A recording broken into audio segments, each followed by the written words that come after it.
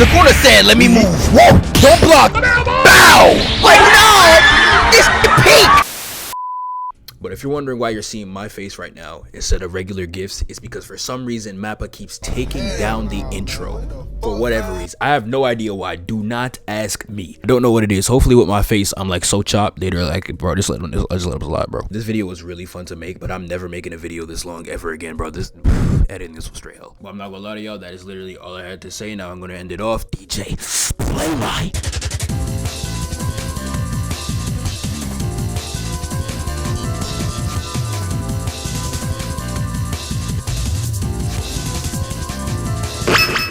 You are now about to witness the strength of street knowledge.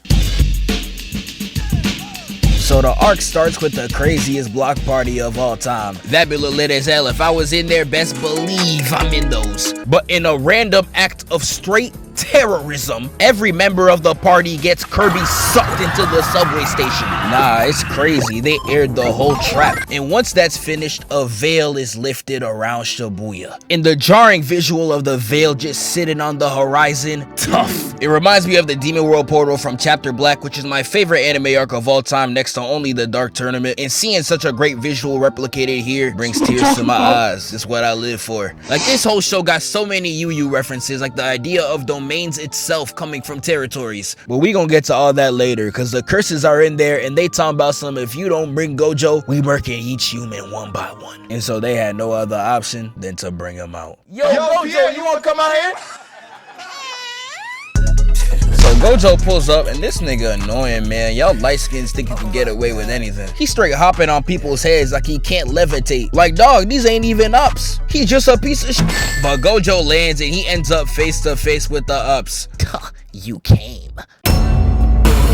Like, nah, this gotta be the weakest three-man in existence. Who let these niggas outside? Like, you know it's over when you see Jogo hitting that African father pose. These niggas are trash. Like, Ghetto really needs to be hung for his crimes. You picked up a homeless nigga and two ops so weak. When Gojo fought him, he turned him into an educational lesson on how to run a fade for his students? You're not serious. Even Jogo was tight when he heard of the plan. He's like, nigga, is this even gonna work? I hope so. Okay. But Gojo over there cheesing. He knew this was free eats. He's all like, y'all can't even fight your way out of a paper bag and you trying to push up on me. Man, I'll face all y'all niggas. Man, a body's a body. You think I'm here for you? Nah. I'm getting my UAV tonight. And they get to boxing. I love the dynamic this fight carries, man. Where these three have to use so many variables just to drive Gojo into a corner. Just so they can have even a semblance of a chance. Especially with how they use the human bait to limit Gojo. It makes this fight so much more exhilarating than a basic 1v3 stomp. But these niggas sadly have the collective IQ of Mike Tyson reading a coloring book. Like, look at them, so geek. They really thought they caught the slip. They was like, wait up, nigga. Stupid. With Gojo weaving out the way. But their plan is to use domain application not only to protect themselves, but to neutralize Gojo's curse technique, which allows them to actually land hits on Gojo. And the play that follows really shows Gojo's elite court vision. He calls ISO on Hanami talking about some Hey there, weed. Talking like he's speaking to the plug. I still want that gas, yes. And he walks right into the jaw of the two ops. It don't get any realer than this. Now they both looking at him thinking he's crazy and they attack him at the same time. But Gojo grabs his arm and turns him into Neo. And he flips to jump on the other arm and nah. Bro, I'm trying to watch some JJK. Why y'all recommending me Diddy? I'm over here trying to cook some meat and they showing me the meat master. And he has the audacity to hump his arm too. Yeah, you a freak. And he said, why you need this when you can't even throw hands? Yaga! He flings Hanami across the stage with this Sonic Adventure type pose and starts abusing Jogo. And I'm over there screaming like a cartoon character. I was starting to feel bad. But Gojo over there sniggering. He's trying to... But Gojo hiding under his cloak sniggering. But Gojo's trying so hard not to burst into tears because he actually has a plan. Unlike the collective IQ of this room not passing a score of 60, Gojo up at 300. He nothing like you niggas. He said all that to Hanami at the beginning only to divert all attention on Jogo to throw him off. And this leaves Hanami on the wall pondering. And the funny thing about stupid niggas, the longer you give them to think, the stupider they get. It's actually hilarious. It's like knowledge works inversely. But Hanami clearly don't get the memo. This like a white girl inviting you to her room after a party this clear as day was bait. I knew it. Sees Gojo deactivate his limitless while beating on Jogo and is like, Oh, you lacking? Say less! And uses her ultimate to go straight at Gojo. And clearly, this was not a play they spoke of. That's not how the game is played. And that had Jogo straight tight. He turns around and hits that, Hanami, guard the paint! Yeah! Nah. Had me pausing this scene like I was Drewski. That boy need the good Lord, sweet baby Jesus. That's what he need. The devil for Gaia for gunshot. I never seen someone this happy to beat on a slow nigga. And guys, I want to mention the manga. This page of Gojo's face right here has to be one of my favorite pages in manga, period. It's literally the cover of one of my Spotify playlists. It's so visceral, especially with all the pages looking like this and then bam. I ain't gonna lie, Geki, that's a Hall of Famer. Put it in the Louvre. And he hits that Metcalf chase down geeked and I'm like, nah, this nigga is crazy. Why is his face like that? And he grabs Hanami's antennas and this scene right here had all the shorties geeked. This is where you're weak, right? Nah, why did he say that so erotically? Is sexually harassing the ops the move now? Nigga said F12, that is not what we meant. Oh, nigga, you gay! And second off, replay that clip, DJ. This is where you're weak, right? I don't even know why the shorties was wet. I can do that too. This is where you're weak, right? Try! But he gets on top of him, switches the grip, and nah. This nigga should not be teaching kids. But this move right here was crazy. Had her screaming like a Ken Carson intro. And right here is where Choso tries to be useful and sprays right at Gojo. He covers him in blood, but it was just a screen for Jogo to come from behind and clock him, with Hanami following suit. And they really out here having the aura off, but it's not even a fair match. It's like when y'all compare any type of artist to Michael Jackson. Oh my god, Taylor Swift! Like such a lame ass suck, nigga. Like MJ dropped all this in one album and y'all comparing them to Shake It Off, nigga. Kill yourself. But they pushing up on Gojo and he's just like, you know, I really don't like you.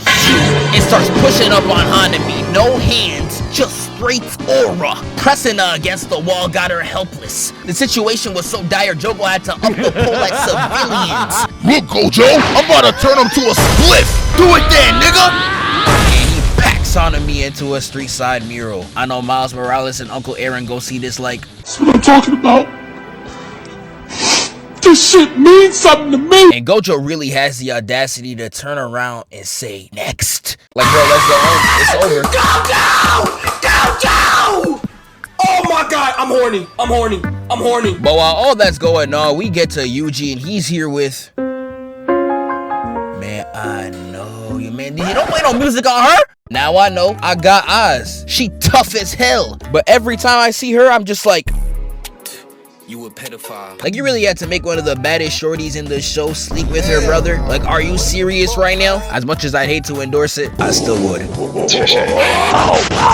But Yuji catches wind that his top op Mahito is in Shibuya, and he's down for all smoke. And I love this on-timing movement. He's moving just like Gon, another Tagashi reference. I'm telling you, another glaze to the goat adds another 10 points to this arc. He runs into the train station and gets to fighting this little grasshopper. And my dog turned around and hit that. Who the fuck are you? And here's where we get the fight that is mandatory in all shonen. It's on the contract. The fight that is simply there to show you how strong the main character is. You could call it the MGM, the mandatory glaze match. You cannot name me a single battle shonen that does not have a fight like this. It could have little to no importance to the actual plot and is only there just to glaze the main character. If you're really good at doing it, you have a fight just like Goku versus the Ginyu Force. Watching that for the first time will literally alter your brain chemistry. And sometimes you're so good at it, you don't even need a fight. All you need is a punch. Ask Lucy. It's hilarious how every single shonen has this, but I'm not gonna lie, it's a guilty pleasure of mine. Especially if it's written like this. The grasshopper's on the floor talking about some, I have 4 arms and he has 2. So why am I the only one getting hit? With this really messy page in the manga looking elite. But other than that, I really enjoy this fight, except for the fact that I'm watching this like someone diddled here. Because Yuji puts the beats on about to finish him off, but pause! What is that? Like, bro, what's up with all this freaky ish in the studio, bro? Who made this? Who made this burger, dog? Who made this burger, man? I know y'all hear me. I mean, I ain't even gonna finish this fight, bro. Y'all got me pissed off, man. Next! We get back to Gojo, and he's out there chasing Jogo down. And I know I just got back, but before I continue, can I complain about how similar these niggas' names are? Yuji, Yuta, Todo, Toji, Gojo, Jogo. Like, it made recording this video so annoying. Like, Gegi, you're really a fraud. Dare I say the biggest fraud in Jump. You're in the same magazine with some of the coldest names ever uttered in fiction. And all you doing is swapping niggas' consonants. Bro, you're a hack! Well, Gojo's chasing him down and he's screaming for dear life. And you really think this scene is about to be the last chapter of his life until we get this right here.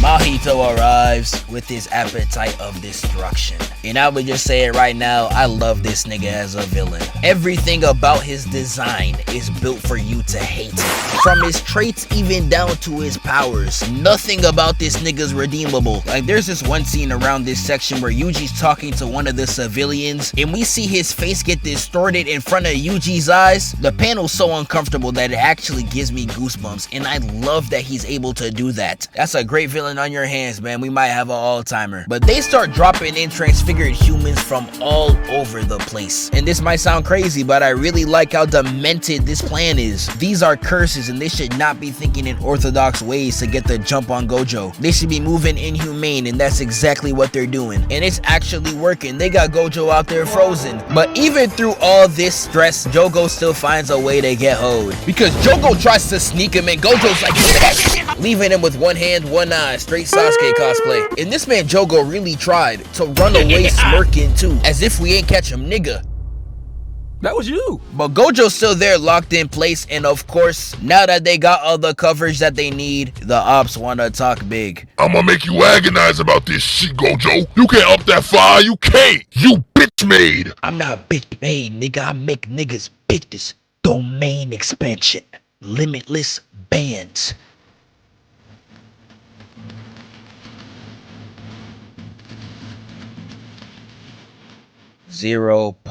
.2 seconds. 0.2 of a second is all he needed to get the upper hand. Using a domain expansion in that short a time to make sure everyone's brain doesn't turn out like sketch is an insane move. And this scene is cold, with him sprinting across the room, killing every transfigured human with his bare hands. It is absolutely incredible. The only thing I gotta say is that I wish they said this line in the anime. It's one of my favorite pages in the manga, was my TikTok profile pic, and is the reference I use for my most popular video. But anyways, this scene ends with a body count of over 200 in 0.2 of a second. It's one of the greatest scenes in the show. Dare I say too great, because the ops got jealous and backdoor that nigga. And that's where we get him.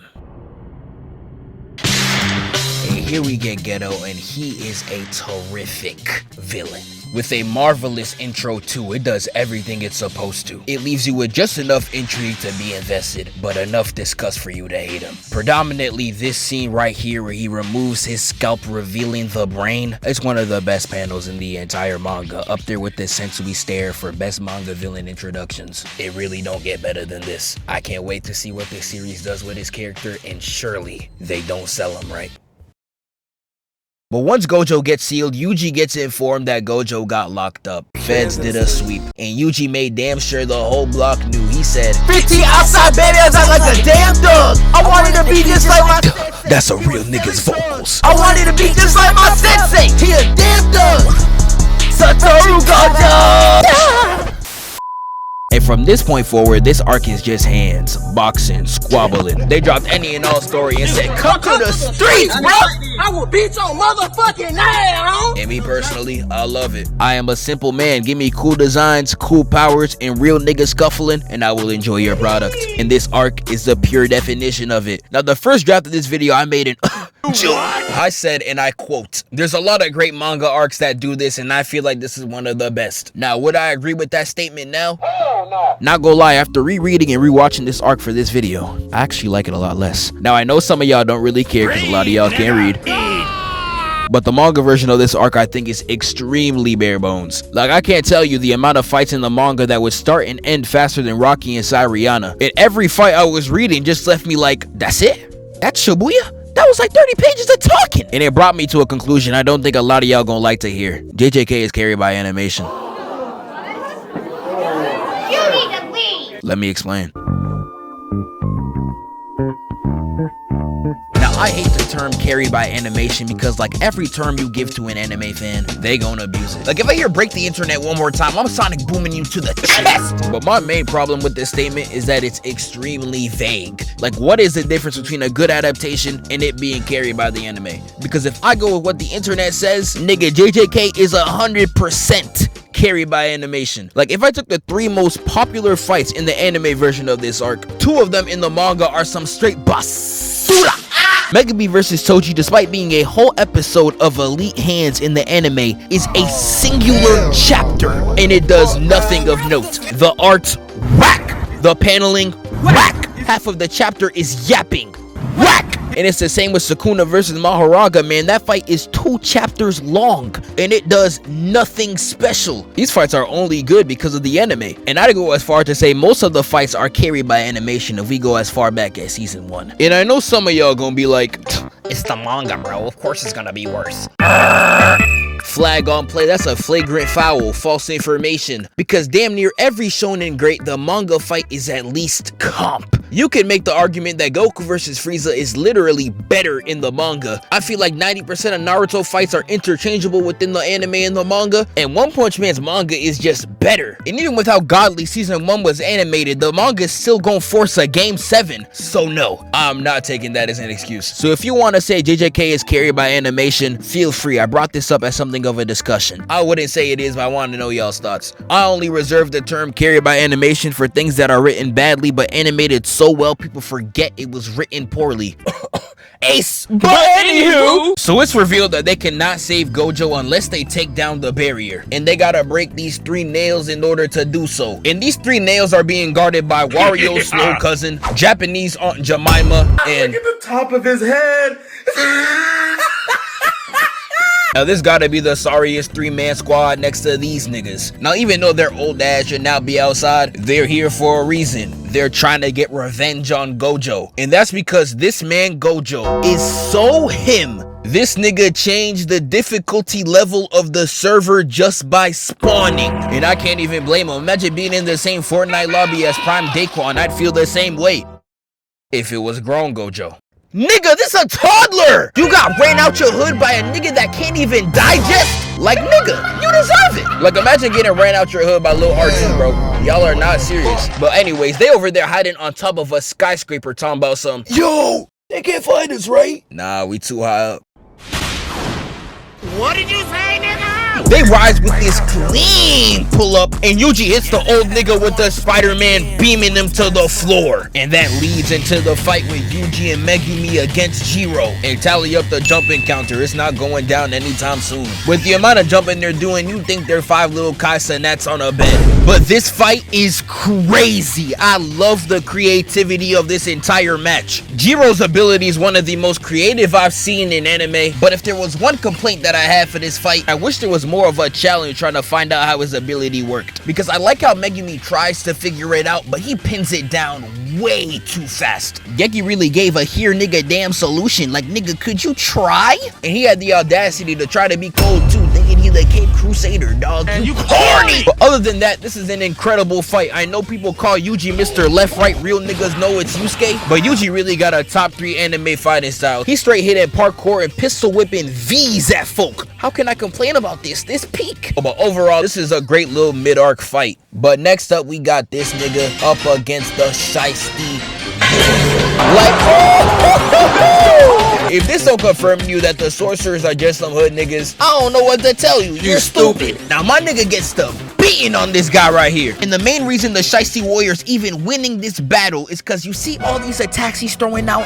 These are for the grandma. Yes, YNs are dunking on they moms now. Who let this nigga on the streets? And Shiesty warrior attacking the grandma is the only reason why he's taking all these hits. Like, bro, I don't even know who to root for anymore, the Diddy disciple or the Crash Dummy. It's looking real scary. But she sees her son getting whooped and she's talking about some, son, take your perk. Man, I know, grandma. But little did that nigga know, the plug done laced him. Oh my god, nigga, this perk! And here we get the return of Toji.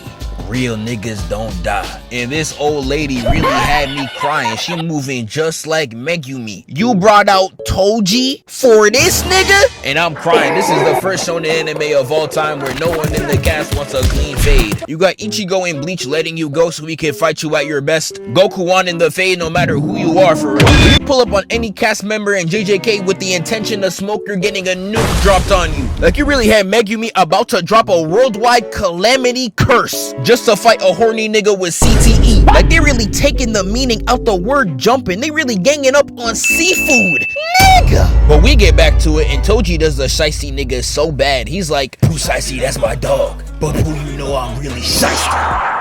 Removing the ski and goes, what did the 5 fingers say to the face? Beating this nigga into oblivion. Hitting the face so much he turned into handsome Squidward. And he booms the old woman too. He's like, hey, you a sorcerer too, right? Yes. 12, nigga.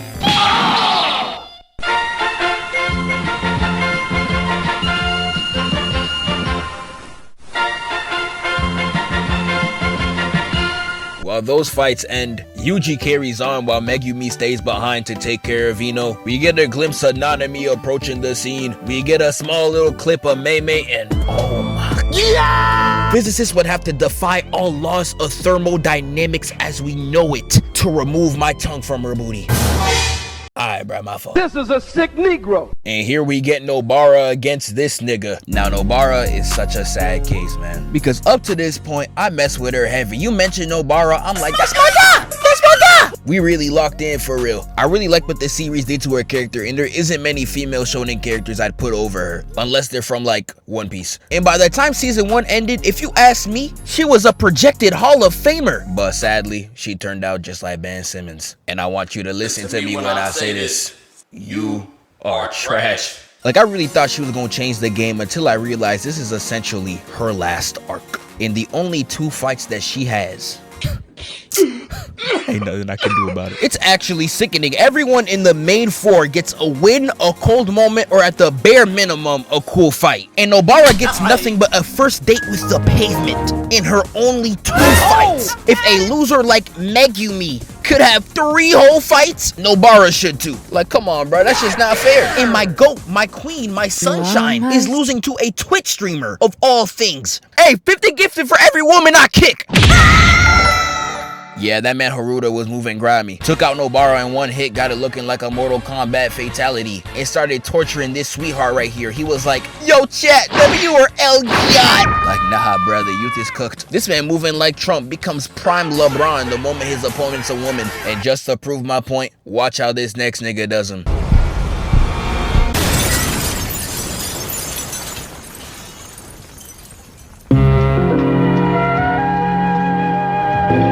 Nanami, written in all caps, pulls up. And the way he does this nigga is straight grimy. He walks up on Haruta talking about some, where are your partners? This nigga asking me like I'm gonna snitch, chat. Get the f out of here, unk. And this man took both hits like nothing happened. It proceeds to say, why you touching me instead of answering the question? You read Braille, nigga? Fine, read what my fist says. Now did you read that, nigga? In this frame right here, had every shorty geeked. And I can't lie to y'all, I can see why. That man's physique looking marvelous. And he throws a Ruta across Japan faster than the commuter rail. And then we get back to Yuji. Wait, hold on. Is that Twin Umaki? Nigga didn't nourish me. Yeah, I ain't see you there, not gonna lie, bro. What they got going on over here? Hold on, got that old coupe outside. Alright, well, I'm gonna go catch some smoke, bro. You trying to pull up? Alright, I'm gonna leave you to it, bro.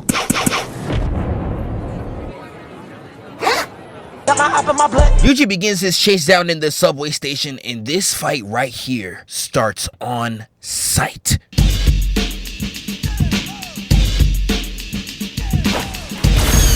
Oh, that's what I'm talking about, nigga. My nigga saw a sorcerer and he said it's on sight.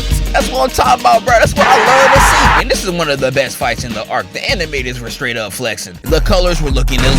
The animation, glorious. They even switched the first person so you could get all in on the action. Like, buddy, yes, sir. That's what I'm talking about. And I know they was loving the first person business, but I'm not gonna lie, gang. Back up. You invaded my personal space. But this fight is extraordinary. I love how their mixture of fighting styles bleeds within the fight, with Choso being a ranged fighter trying to keep distance, while Yuji closes the gap trying to keep it in the streets. And I love how it shows itself in the fight, specifically right here. Yuji jumps in the air as bait, and like a IG bot DMing a horny nigga, Choso fell for the bait, thought it was free eats. Stupid! He hits another right into a mean right. But right before his right lands, Yuji begins his inner monologue. And I'm here to tell you right now, if an anime character is explaining their plan before they execute it, nigga, that plan's not happening. It's like a sick joke. They'll spend 10 minutes explaining the plan only for it to go wrong the direct next scene.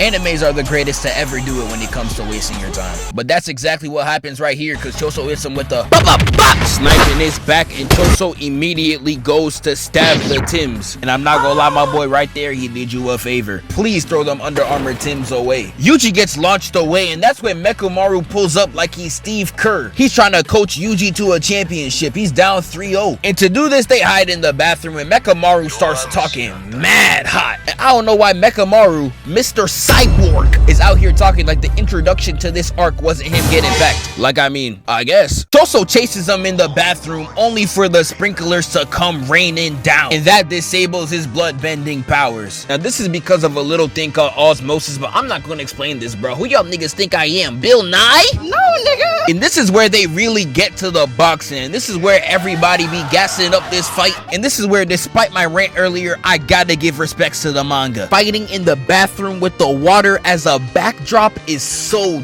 dope. And the bathroom is such a genius place to have a fight too, because it's instantly relatable, and it makes the crazy parkour-ish Yuji does that much more enticing. But we get back to it with Yuji kicking Brody through 50 whole stalls. Yuji runs in and they hit a clash, and Choso sprays that nigga in the face. And this is where Yuji moves a little crazy. I'm not gonna lie, he hit the JP. You ever hit a mediator knee? And the fight ends with Choso pummeling this nigga to the wall. This is definitely my favorite fight in the arc, and I love how this ends.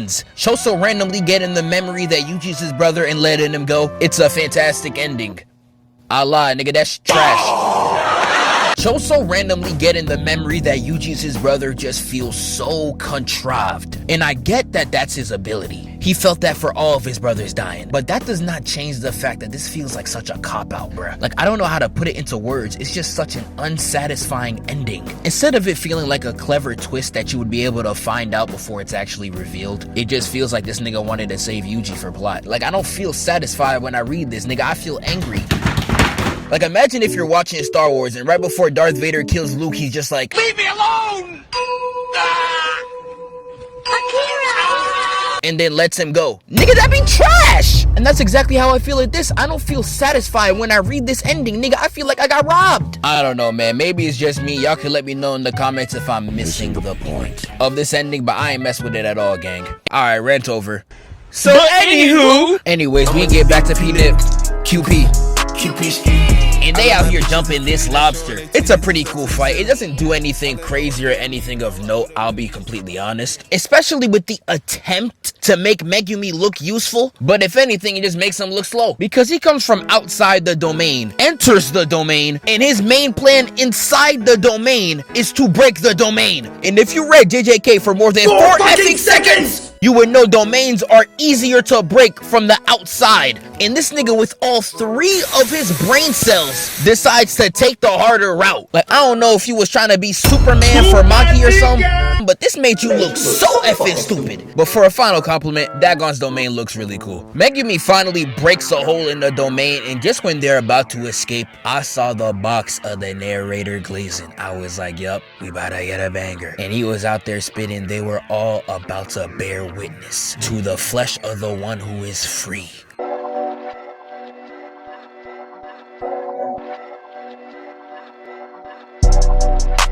So Toji pulls up without warning in the coldest way possible. And these anime narrators be giving the most Hall of Fame type of glaze. And normally I'd be frying them, but they are so tough, I have to let it slide. The speech he gave right here, the moment he appears talking about something to the one who left it all behind, and his overwhelming intensity. Like, that's what you call motherfucking bars, nigga. Like, I would say you D-writed, but shit, nigga, I'm bouncing too. This scene and Gojo's equivalent are both in my top 10 of the entire series. The narrator had no reason to glaze like that, and he was out there moving crazy. He straight suns Maki, ripping the weapon from her hand. She got out-auraed and immediately goes to run the fade. As the manga says, he had become a puppet of carnage. He just looking for the strongest nigga to fade. He think he that one nigga. And he straight works him. Look at this nigga. He up here throwing this nigga across the ocean like he's in Surf's Up. Straight eating all the attacks he throws at him and...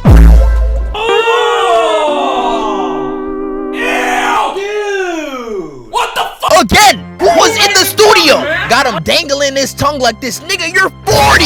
And with everything in his arsenal, bro is getting mollywopped. Toji really hit him with the pip the J's, nigga. Yeah, even the side niggas were getting concerned. And while they escaping, they just look up in the air and see Toji hit that, now it's over. And combos that nigga into oblivion with this corpse laid on the floor and Toji standing in front of them. Perfect.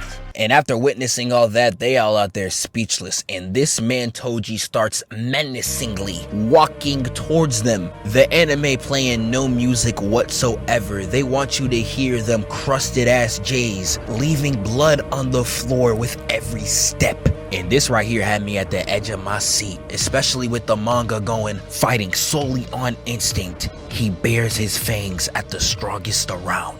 I was like, nah, who's it gonna be? This the greatest ISO of all time. But as if it was a sick joke, as if Gegi was writing this page cackling, this nigga chooses Megumi to run the ISO with. Like, nigga, I almost left. You want me to say that again? Megumi for the ISO. Man, that boy getting crossed. And this fight is cool, kind of disappointing, but it's cool. And this is where I could talk about my Megumi complaints. And for me, I'm not gonna lie, it's just cause he's boring. When he's bouncing off of other characters like Yuji, Nobara, or even Gojo, he is so entertaining. His straight man act is perfect. But all the 3 characters I just mentioned, even though they're by themselves and not in their usual bubbly personalities, they are still insanely captivating in their own right. This nigga has 2 emotions, and we see this one once. Like, if I was to put this to words, he's just a sauceless Karama. And when I rewatched this fight for this video, it really just confirmed my thoughts. This was just a perfect opportunity to add some more to Megumi's character. Like, just giving me a little something. But you know what we get?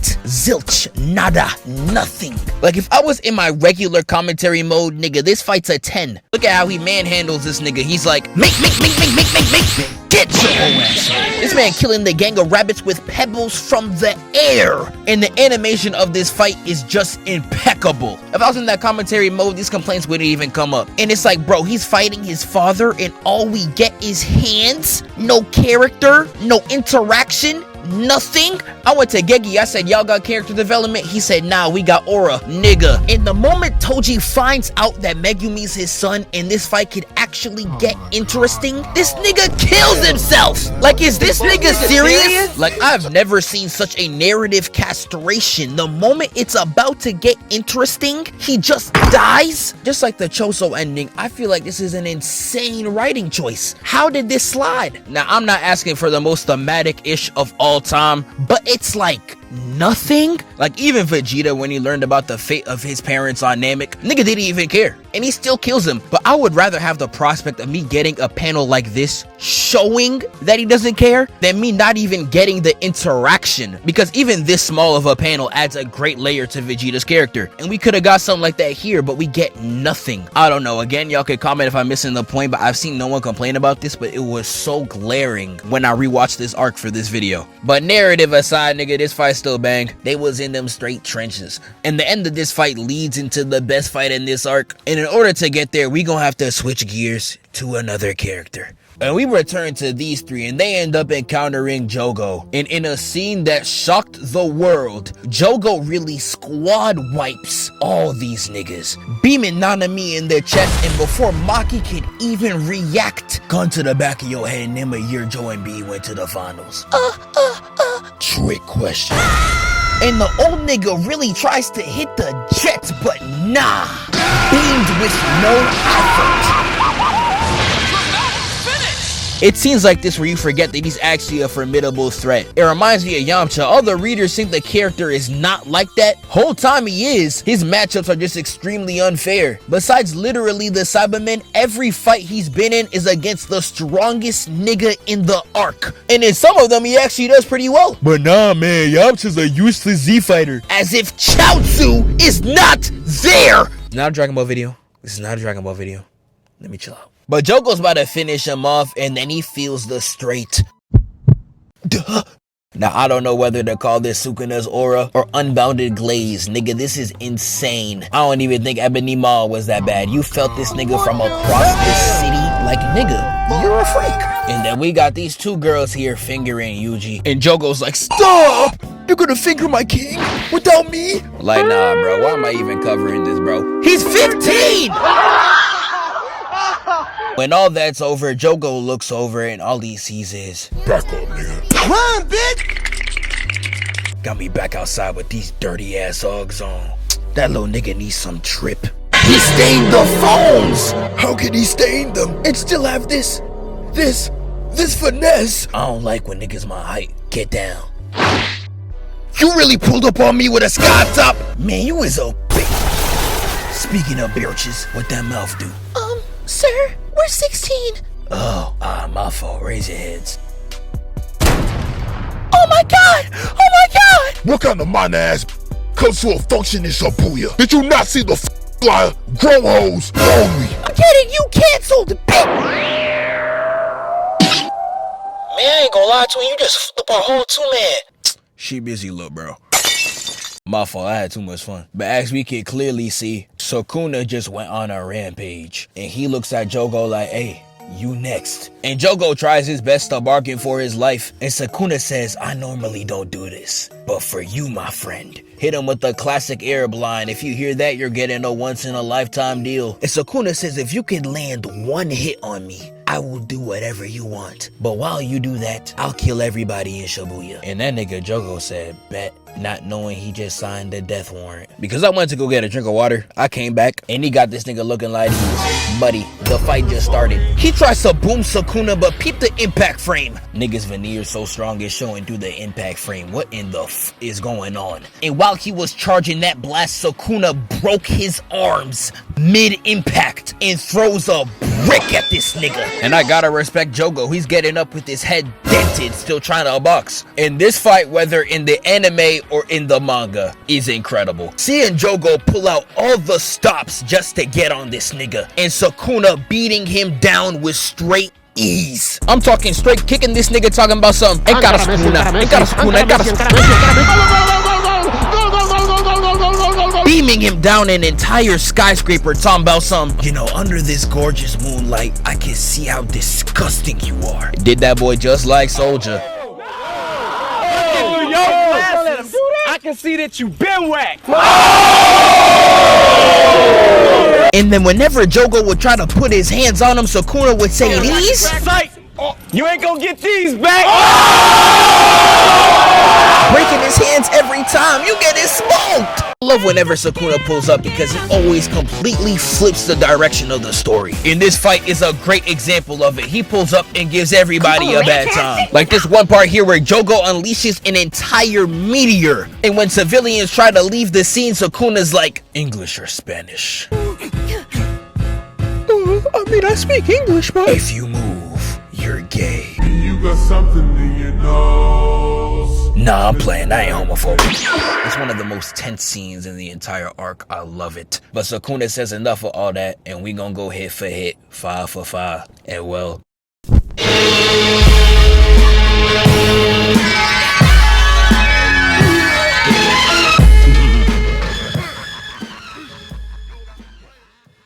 And when they let it off, I'm crying. Why is the next scene this nigga dead? I don't know why JJK loves to do this. I'm not gonna spoil any characters. You know I can't say that. When Gojo dies, they do the same thing. I don't know why he doesn't like showing the niggas dying. We just go straight to the afterlife post-game talk. I don't like it in Gojo's context, but here it's actually more disrespectful than showing how he died. But anyways, we get my favorite moment in the entire series, where Sukuna looks at Jogo and is like, you fought well, my nigga. You really had that fire on you. Stand proud. You strong. Did this nigga just glaze me? Yes, young nigga. I did. And after that, for whatever reason, Yurimi pulls up and Sukuna's like, Donnell, that's you? Boy, look at you, boy, looking like 1968. Megumi's walking out of the fight with his father looking destroyed. And sadly, he runs right into Haruta. Hey, yo, chat, I'm about to do this nigga real grimy, bro. Plugs don't touch. And Megumi gets back up like, the way this next nigga's about to do you should have been streaming on Kick. And despite this nigga Megumi trying to summon Mahoraga on a jobless, horny high schooler, a tree, and a psychopath, him using this ish Arcaisenet is the only time he was ever justified. Haruta sees Mahoraga pulling up and look at him, feigning to materialize. And Megumi sees the fear in his eyes and he's like, You scared? You should have stayed the fuck home. We outside! Don't worry, it's gonna be okay, right, chat? Oh nah, bruh. And Haruta's over there, fearing for his life. And just when Mahoraga's about to take it,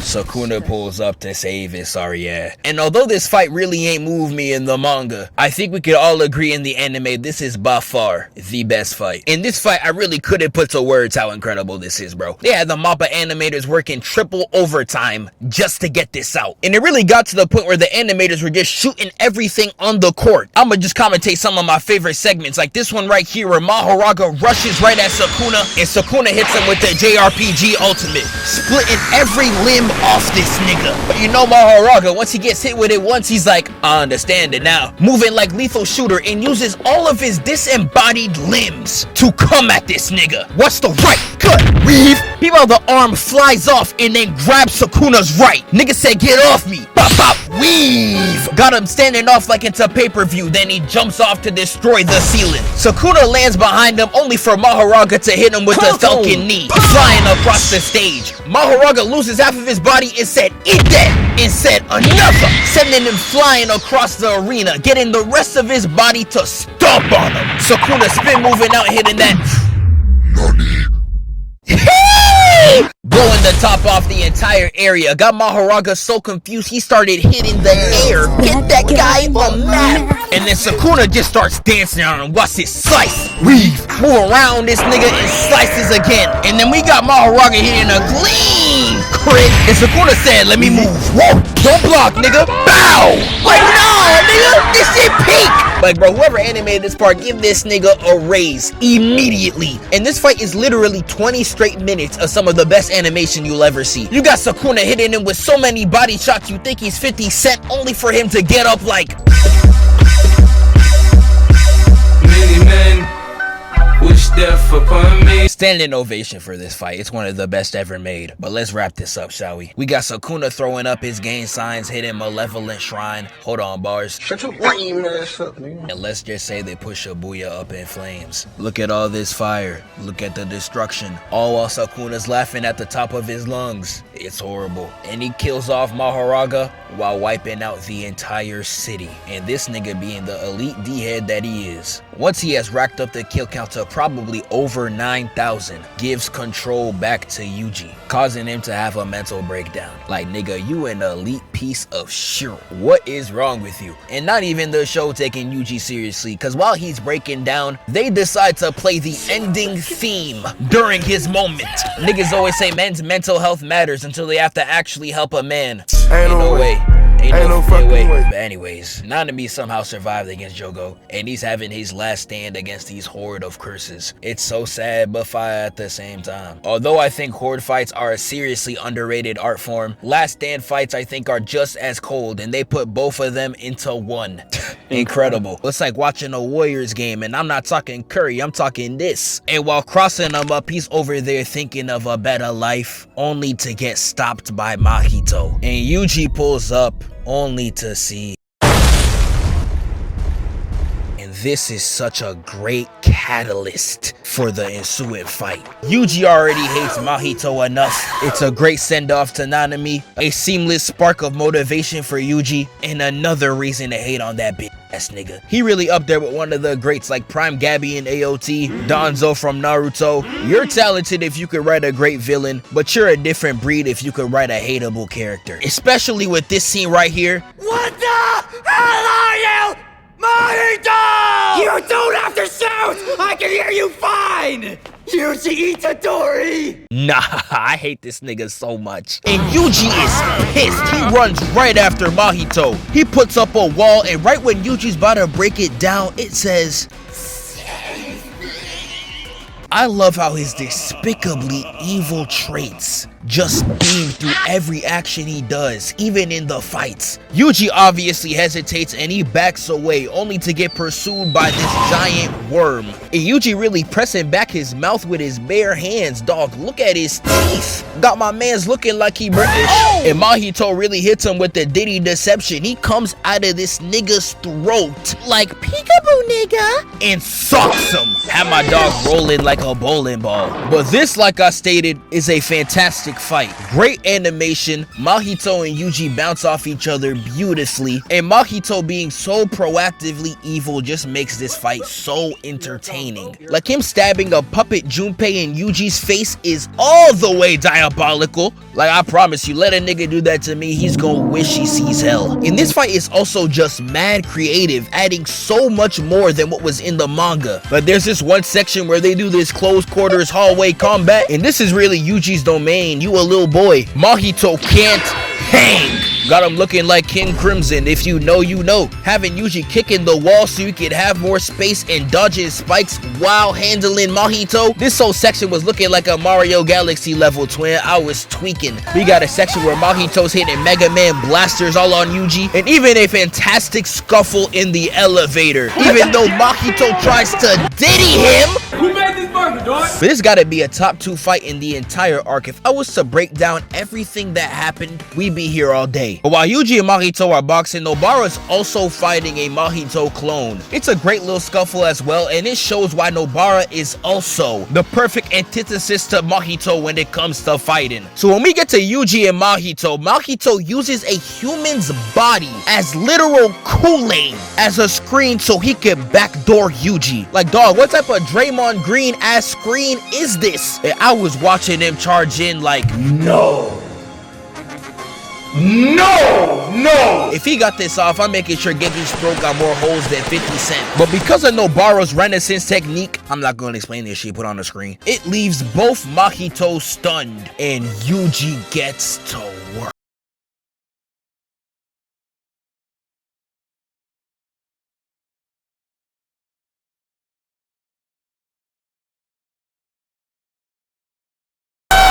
That's Mr. Left Right, nigga! he's getting peace so bad, he decides to turn into little niggas. Like, nigga, huh? This nigga damn near as cracked as Majin Buu. What ability does he not have? But the two Mahitos leave Yuji and Nobara into a trap. And the thing that's crazy, the Mahito clone ain't even know she knew Yuji. But he was like, man, the way this bitch speak, I know they have to know each other. I'ma bring her corpse to his body and destroy his soul. But they dap up and Mahito runs at Nobara, had Yuji in the back like, and I swear to God, the show must be working with the curses too, because they really left this shot of Nobara holding her eye for 40 straight seconds talking about some, oh no, my eye is hurting. And they have the audacity, the gall, nigga, the nerve, immediately switch the scene to 2009. Let me say that again, nigga, 2009. Like, bro, I hate when anime do this. Y'all ain't give a fuck about that bitch till she was dead. It's so sad. It's like when artists die and niggas go through their whole discography pretending they're hip. You did not know Takeoff in 2009, nigga. Like, bro, bro, the trope just gets me so mad. Like, I can't think of a single nigga who actually legitimately likes it, yet it continuously happens. Which one of y'all niggas is actually caring about a character after a proactive flashback? Like, bro, stop doing it. This shit stink. Like, how about, crazy idea, right? Y'all make me care about the characters before they die. Demon Slayer don't tell you anything about any character until they're already in hell, and I cannot begin to describe the amount of times Agami got killed does it. And this is just the tip, no Tiana. I can name 50 other shows. How many popular characters that you named that had a very short runtime but were immensely popular after they died? That's because when you kill off a character niggas like, they just gonna like them more. If you want to do a backstory after death, do it like Itachi. That flashback flipped everything we thought we knew about him on its head. These flashbacks just want to make me feel bad, nigga. I don't. Rest in piss.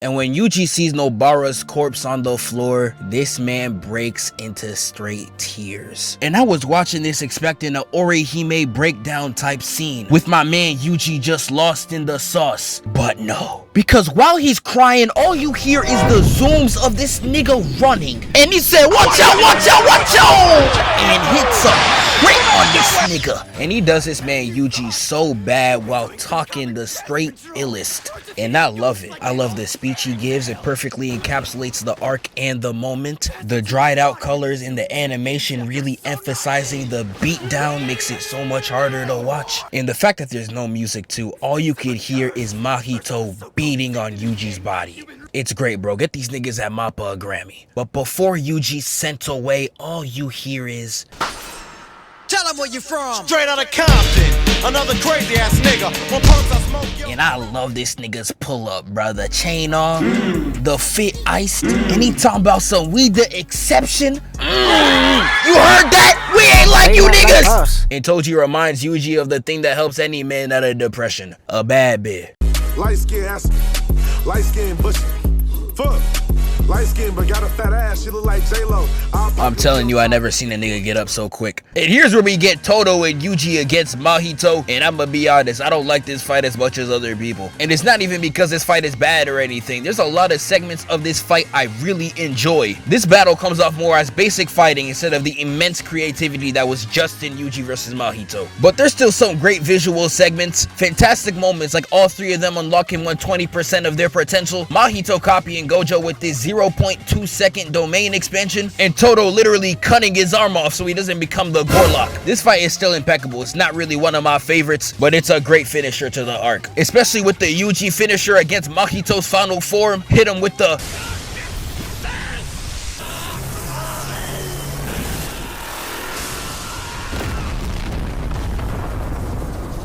and when it's all over, Yuji gives the same speech Mahito gave to him, and they play off each other fantastically, because Mahito is using that speech to instill despair inside Yuji, try to make him realize he's a little boy in a larger plot. And in this speech, Yuji's like, nigga, I know, I'm just doing what I have to do, and if I have to kill you again and again and again, nigga, I will gladly do so. Well, let's go home. It's over. This is one of Yuji's best moments, and Mahito gets to run in like the the little bitch he is, only to lie at the feet of Ghetto.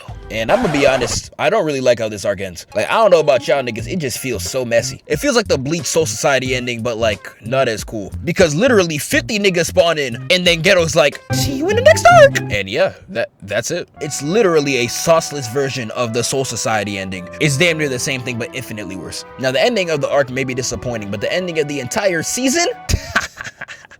Hell no. Because it ends with Yuta staring at the viewer, talking about some, I will kill Yuji Itdadori myself. I have a lot of things to say about Yuta, but I'm gonna save it for later. But for now, this is a fantastic cliffhanger to the arc. But in conclusion though, although I don't like this arc as much as I remember, it's still one of the best out, gorgeously animated, and definitely the strongest new gen arc I've read. This video took so damn long to make. I hope y'all enjoyed it, and I'm gonna catch y'all next time. Wake up, filthy. Hey, it's like you got come in peace.